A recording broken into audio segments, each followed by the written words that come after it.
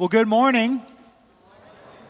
Here we are, another Sunday, another week where we continue in Matthew's gospel. For those of you that have been around Good Shepherd the last few weeks, you're aware that all summer long we are journeying through Matthew's gospel, and this week we are in chapter 10. We're focused on the journey of discipleship all summer long. We'll be exploring the journey of the disciples as they are learning from Jesus on the way. On the way. Can you imagine for just a moment what it must have been like for one of those original disciples called by Jesus? They were in for this grand education.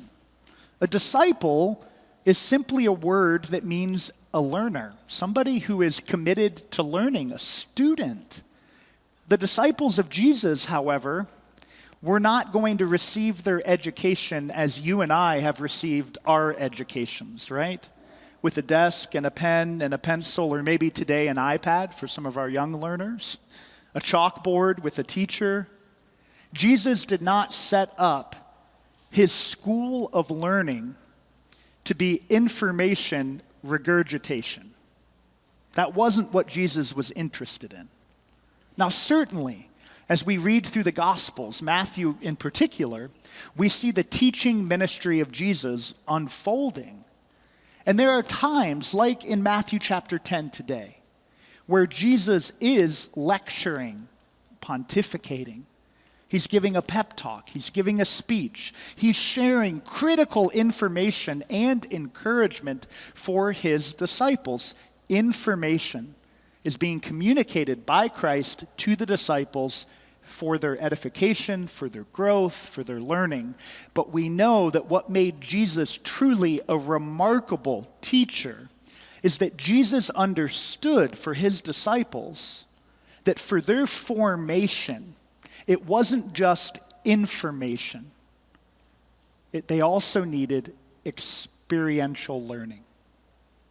They needed to learn through experience. And now for those of us that have lived a little bit of life, and some of you have lived even more life than me, how many of us know that it's true that we can learn something conceptually, intellectually, and we can know it to be true, but that we haven't really learned the lesson until we've gone through an experience? It's one thing to know something is true. It's another thing to experience it, to live it. We can know that God is with us through suffering. It's a whole other thing to go through suffering and to see the hand of God beside you. And Jesus understood this for his disciples, right? That's why so much of their formation, their education, was on the way, along the road, as Jesus is traveling with his disciples from village to village, synagogue to synagogue. Think of how many of those stories we continue to tell about the experiences Jesus had with his disciples on the hillside where he gathered loaves and fish, and through an object lesson, he taught them about God's radical generosity. Think of the stories about how Jesus along the road at the well talking to a woman that culturally he should have never been talking to. Well, here in Matthew 10, Jesus is preparing his disciples for the experiences that are soon to come. One of the things I believe that made Jesus the most remarkable teacher of all time is that Jesus would give information and then he would send out the disciples to go learn and stumble and trip and fall, and then he would be there to gather them again and pick them back up. And if you were to read Matthew chapter 9, Matthew chapter 11, you would see that Jesus is soon sending his disciples out, 2 by 2, 4 by 4, to go into the towns and villages and to do some very simple things. Jesus wants his disciples to go preach, teach, heal the sick, share the good news, bind up the brokenhearted.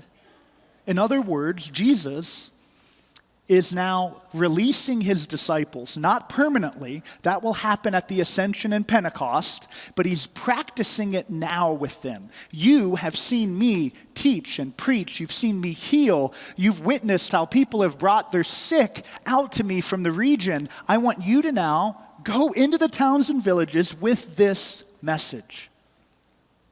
And in this final moment before sending them out, he gives them just a bit of encouragement. Did you hear it in the gospel? Whoever welcomes you welcomes me. Whoever doesn't welcome you, well, shake the dust from your feet, it says in another gospel. Jesus is encouraging his disciples to look for people of peace, people that display God's radical hospitality. Hospitality is the word of encouragement for the disciples. As you go and as you embark on this journey of faith to carry on my ministry, there's one thing you need to be mindful of. Because you're not going to go with a purse filled with money. You're not going to go with all the resources you need. You're going to go out into the world with an open heart. And I want you to look for people that will welcome you in, will be hospitable. And I love the example Jesus gives. A cold cup of water. So simple, right? Jesus says, whoever gives even a cold cup of water to one of my followers will certainly they will receive their reward from God. Sometimes in our life of faith, we buy into the notion or we tend to believe this false truth that being a disciple of Jesus, living and loving like him in a modern, confusing world has to be something that is overly complex or complicated. We have to do all these mental gymnastics. Now, there's no doubt we live in a complicated and confusing world that has changed quite a bit since the time Jesus walked the earth. But in other ways, it's absolutely the same. There were no rocket ships or companies like SpaceX that were doing exploratory travel. There was no such thing as iPads and an internet and an interconnected global world. There were none of these common phenomena that we know to be true, and yet the nature of the human heart was exactly the same. And Jesus says, keep it really simple. Your ministry will be effective when hospitality is present. What is the best cup of water you've ever drank? Have you ever even thought about it? What's the best glass of water you've ever had? Can you think of a moment when you truly were thirsty? I mowed the lawn yesterday, right between little tiny rainstorms, little sprouts of rain. It was humid. It was nasty. My back was sweating. My socks were wet. Ugh. I went inside and I got a cold cup of water, and man, I just guzzled that down in like 4 gulps. Have you been there? That still wasn't the best glass of water I've ever had. Maybe you can think of a moment, or maybe drinking a cold cup of water has become so ordinary, so mundane, that the question just seems silly to ask. When I first came home from the war in Iraq, I did something that was totally marked by my hubris and my arrogance. I registered for the Memphis Marathon.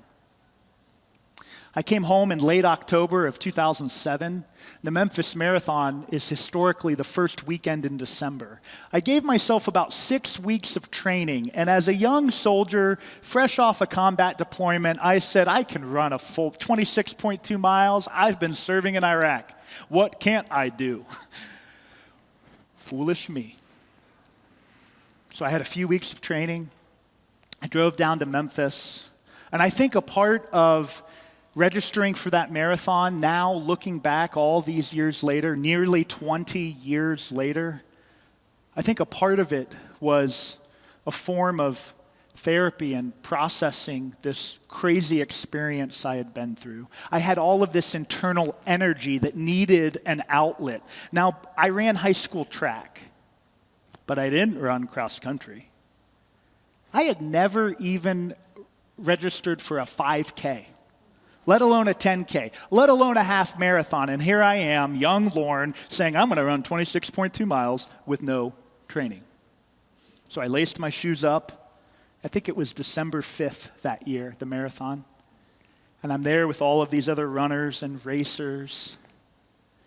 And I head out, and fueled by adrenaline and hubris, I start running way faster than I should have. I knew nothing about pace. I think the first mile was like 6:15. That's a fast mile. The second mile was like 6:30. Still way too fast. And as I'm running, I'm noticing, now I've never run a long distance race before in my life, that all along the course, every mile or 2 miles, there's a little table set up with 5 to 10 volunteers that are super eager. And there's little cups of water on the table. Water stations.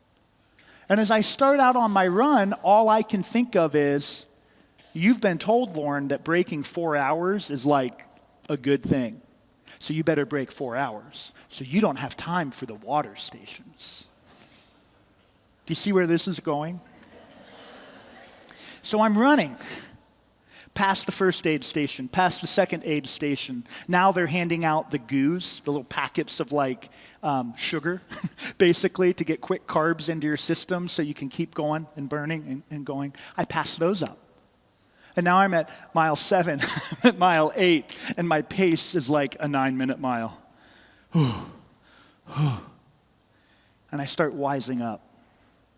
And I start to run past those aid stations. And now it took me a while to recognize what was really happening in the race. Later in the race, as I was passing station by station by station, I didn't skip one of them. I kept running, I kept jogging, but now I would veer over to the table, and I'd, like a Olympic baton being passed, right? Do you have the image in your mind? Here is a volunteer, super eager, water spilling, cups are everywhere, water's all over. Some runners are grabbing the water and just throwing it on them to cool down. And I'm trying to grab these waters, and I'd grab it, and I'd drink it, and I'd throw it down, and I'd keep running. And mile after mile after mile now, as we're heading into mile 17, mile 18, mile 19, I'm just counting the steps until the next cup of water can be put in my hand. And somewhere around mile 22, there's the aid station. And I'm running, and I'm jogging to keep my pace. And now all of these runners are running. I was near this pace group. So all of these runners are together, and they all go over, and I'm running past the aid station, and no one's putting water in my hand. And I get past the table, and I had missed the connection. And so I'm looking back with this desperate look on my face. But I'm moving forward. I don't know why didn't I just stop and go grab water? I don't know. Again, 22-year-old Lorne. And I'm running. And this kid who's working the aid station, he's probably junior high. He sees the desperation in my face, and he grabs, now I think in my mind's eye, in my memory, slow down, slow motion now. Put on Rocky music, right? This kid grabs the water, and he comes out from behind the table. And I'm barely snail's pace moving forward, but get me the water. And this kid comes running, heroically trying not to spill the water. And he puts it in my hand, and we make eye contact. And he looked at me and he said, "You can do it." And I took the water and I threw it back. And I said, "Thank you." And I continued the race. Why do I share that with you? I have come to believe that the kingdom of God looks like a race volunteer handing a thirsty runner a cold cup of water.